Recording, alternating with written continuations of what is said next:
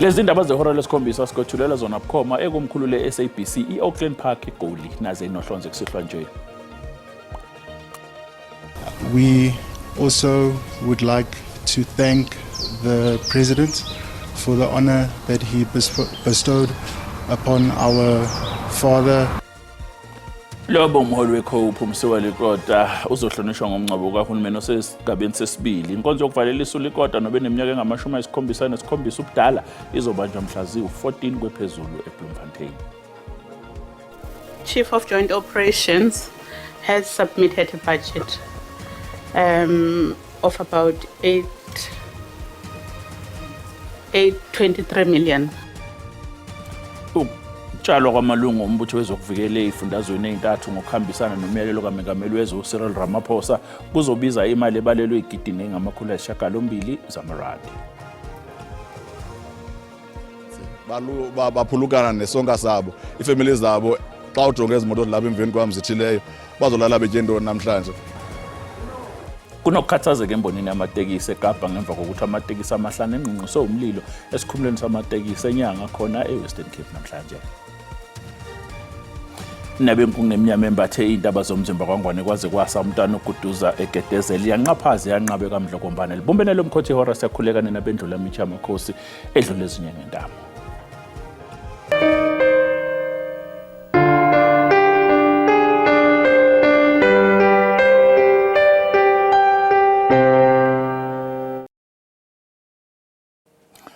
Owabe ngumengameli weCOPE uMsiwa Likota uzohlonishwa ngomngcwabo kahulumeni osesigabeni sesibili ngomgqibelo olandelayo. Umengameli wezwe uCyril Ramaphosa uphinde wakhipha umyalelo wokuthi amaflegi alelizwe aphephezeliswe phansi kuzona zonke izikhungo efakwe kuzona ukusuka kusasa kuze kube usuku lomngcwabo wakhe uTerra Likota.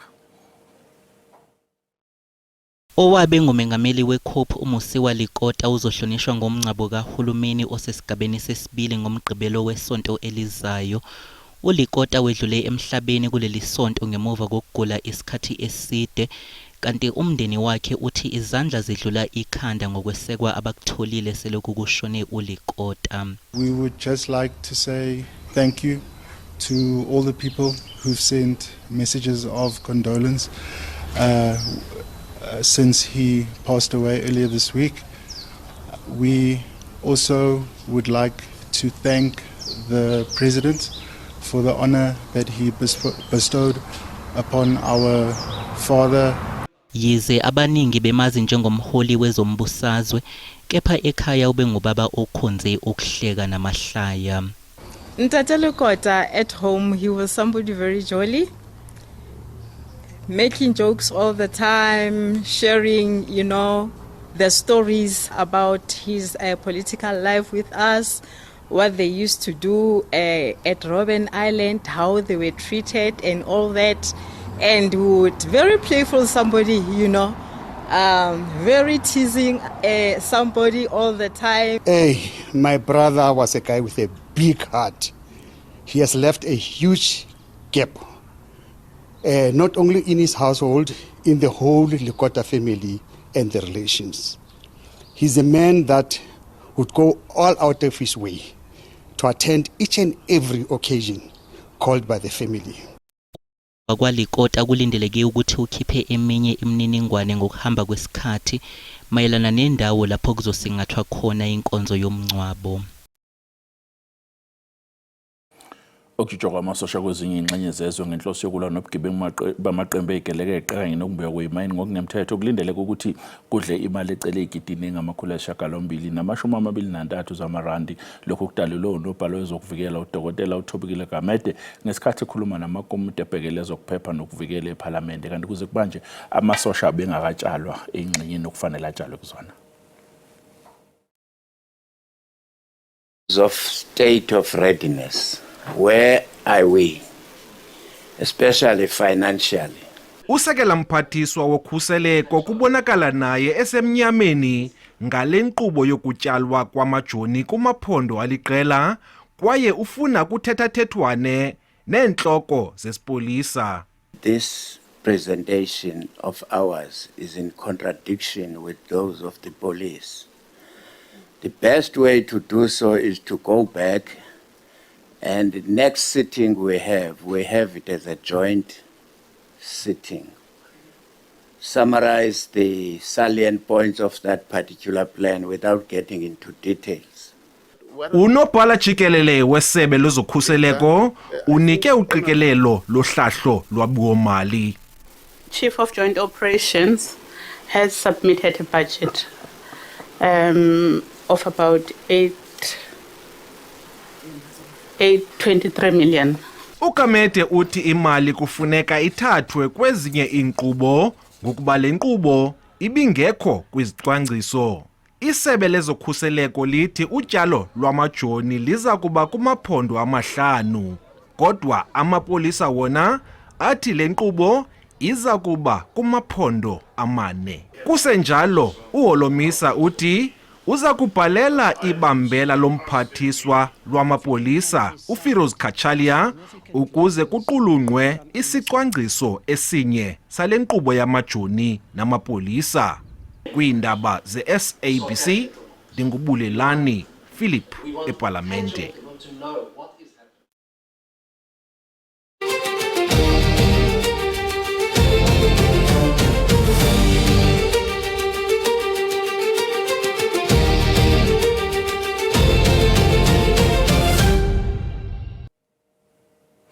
Ikhomishana kaMadlanga izokhipha isinqumo sayo ngomsombuluko maqondana nokuthi usomabhizinisi uSuleiman Karim uzogunyazwa yini ukuyisithula ubufakazi bakhe esithe noma kuzofanele afike mathupha phambi kwekhomishana eGoleshi Bridget Mabandla Justice ePitoli lapho singethe khona izethulo zofakazi. Uhlangothi lwabameli bakasomabhizinisi uSuleiman Karim lubeke esithebeni izizathu sezinsongo zokubulewa kwakhe njengomongo esicelweni sokuthi kuzofanele ethule ubufakazi bakhe esithe.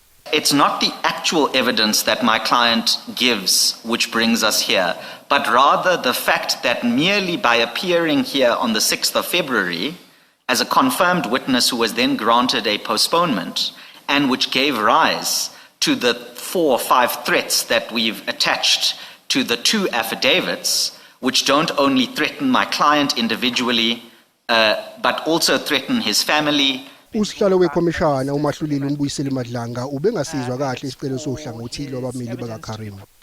The threats from where I'm sitting appear to come out, like a bolt of lightning, as it were. No factual foundation whatsoever. They just proof. But there are threats, yes, and there's no explanation on their possible source. Yes, we've engaged on that. Yes, the reality is that the relief that Mr. Karim seeks is not going to assist him. The reality is that Mr. Karim is known to the public. His application in the High Court to delay his appearance before this commission was widely broadcast. He then appeared before this commission in order to secure a postponement by agreement. Those proceedings were widely broadcast. Isinqumo ngezethulo zobufakazi bukaSuleiman Karim sizokhishwa ngokugamanxa kwehora lesishagalolunye ekuseni ngomsombuluko.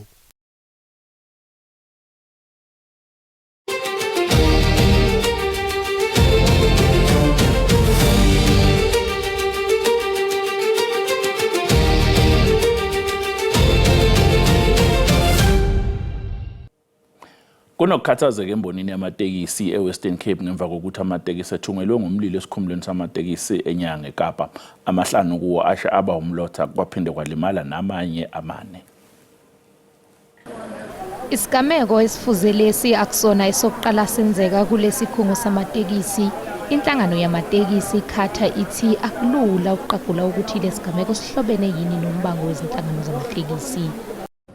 Ninzi baphulukana nesonka sabo ifamily zabo xa ujonga izimoto lapha emveni kwami zithileyo bazolala betyendoni namhlanje into embi kakhulu le endicinga ba apha kwakhatha kwelicala lethi ingxamele yokuxhaphaka kakhulu lonto le. Isantako ithi imboni yamatekisi ivele isenkingeni njengoba iqhubeka impi eMiddle East nokungaba nomthelela omubi ngokwenyuka kwentengo yophethiloli. And then you have something like this where taxis are banned. I counted 5, and 3 of those are 23-seater buses. It's terrible. And especially given that this is happening at the same association where sometime last year around 18 taxis and buses were also burnt down, and a number of people have been killed in the last 3 years in the same association. So it's very concerning for us as the industry. Umnyango wezokuthutha eWestern Cape ulithi ngeke lipholise eMaseko uma kufanele lisukumele phezulu lolu daba ukuze kuphephe abagibeli. We are not going to allow it. We are going to clamp down on these elements. We are going to make sure that we don't, make it easier for people to torch taxis in our province, and as a result, make people's lives unbearable and for people to live in fear. We can no longer allow people to live in fear because people have fights among themselves. Abalimalile kulesigameko sokusha kwamatekisi. Kushona besilisa abane namhlanje idolo zaseDelfa Cape Flats esifundazweni Western Cape ngesikhathi kuqubuka umlilo. Idumbu zabashonile itholakala inamanxeba amabo okhangulwa umlilo endaweni yokuzivocavoca. Magunyeni bathi malunga nensimbi yesithathu ngonyezi bafumana ingxelo ethi kuyatsha, bathe ngokukhawuleza bathumela izigadla zezicima imlilo, nalapho ke zithe zalwa lo mlilo isithuba seyure ezintathu. 3 structures, including a fruit and vegetable store, a makeshift gym, and a gas cylinder outlet were damaged. Sadly, the bodies of 4 adult males were found with fatal burn wounds inside the makeshift gym. The South African Police Service will investigate the cause of this incident. Abanye babamelwane bawubone usaqala lo mlilo baza bahlaba ikhwelo besazisa abasemagunyeni kananjalo. I'm the first person who ran out to show the flames, but we know how it started. But I'm still sick even now. I'm not feeling well, but it's very heartbroken. Ngobona kwami kuye kwatsha abantu bengaphakathi. So and then ke ukutsha kwabo sisile ke bona leyo qala shop ina back door, but bona bebengena back door. So bengenandlela yothini yophuma. So basuffocate, I think even fire bebengekho too much, but basuffocate smoke because if I qala lapha phambili which is abanandlela yophuma. Amapolisa aphanda ngonobangela olomlilo nokhokhelele ekubhubheni kwalamadoda amane. Ndumlamli Maneli wendaba ze-SABC eKapa. Sithathe iqhwe itolo unganyakazi siyabuya nezinye indaba.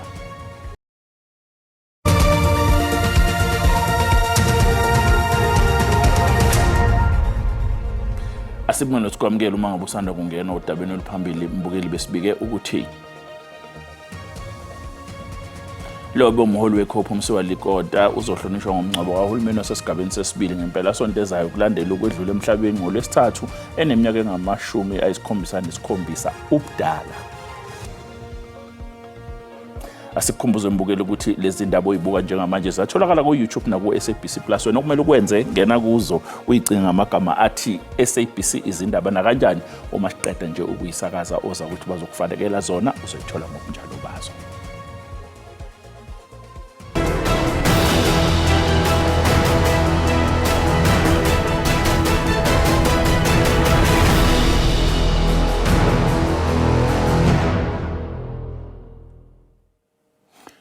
Amazwe omhlaba ehlukene phakathi ngembono njengoba impi phakathi kweMelika, Israel ne-Iran ngenosukwini lwesikhombisa nalapho inhlangothi iqhubeka nokuhlaselana futhi i-Iran ifunga iyagomela-ke ukuthi izokwenza konke okusemandleni ukuqeda ngamasosha aseMelika atshalwe kuwo wonke amazwe ayikhondlakhondla akhiqiza u-oyela eMiddle East. Isimo sisabucayi emazweni ase-Middle East njengoba isabambene ngezihluthu phakathi kwa-Israel, iMelika ne-Iran. Uphiko olubhekelela amalungelo abantu ngaphansi kwenhlangano yezizwe isixwayise ngomonakalo ozokwenziwa yilezi zinxushunxushu. The crisis sparked in the Middle East 1 week ago following US and Israeli attacks on Iran and Iran's counterattacks has been spreading like wildfire. Amazwe abambisene kulempi iMelika ne-Israel athase kulungele ukuqinisa isandla inyukele kwesinye isigaba lempi. Our strikes against the Iranian Navy have intensified. You may have heard the president say just a little while ago that we have sunk or destroyed 24 ships. That was true at the moment. We're now up over 30 ships. And in just the last few hours, we hit an Iranian drone carrier ship, roughly the size of a World War II aircraft carrier. And as we speak, it's on fire. I-Iran yona ke ithi ifuna kususwe zonke izinkambi zamasosha aseMelika kubona nakwamazwe awo angomakhelwane. We have no option just to put an end to the presence of United States in the surrounding area of Iran. We told Americans and we told our neighbors that if they would like to put an end to the existence of the greatest civilization on earth or the oldest continuous civilization on earth, then we have no option just to put an end to the existence and presence of United States in the Persian Gulf area. Khona manjalo unobhala jikelele we-UN u-Antonio Guterres nawe sezwakalise ukukhathazeka ngokuphazamiseka komzila omkhulu wemikhumbi i-Strait of Hormuz.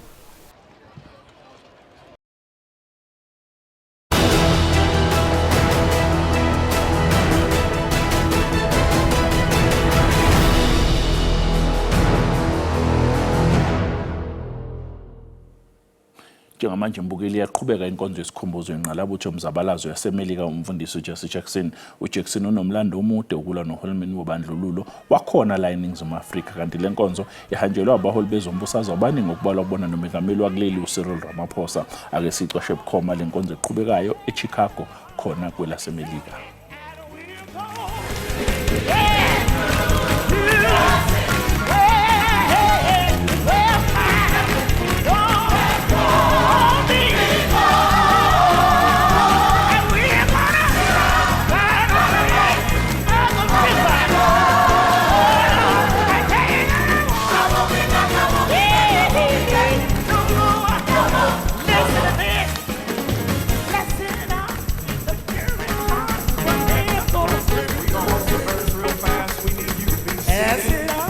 Right in this section over here, our presidents are about to come in and we need to have a very clear space. If you would, right here to my left. Dr. Foster, thank you, all of the group. Will you all have a seat for me, please? Thank you so much.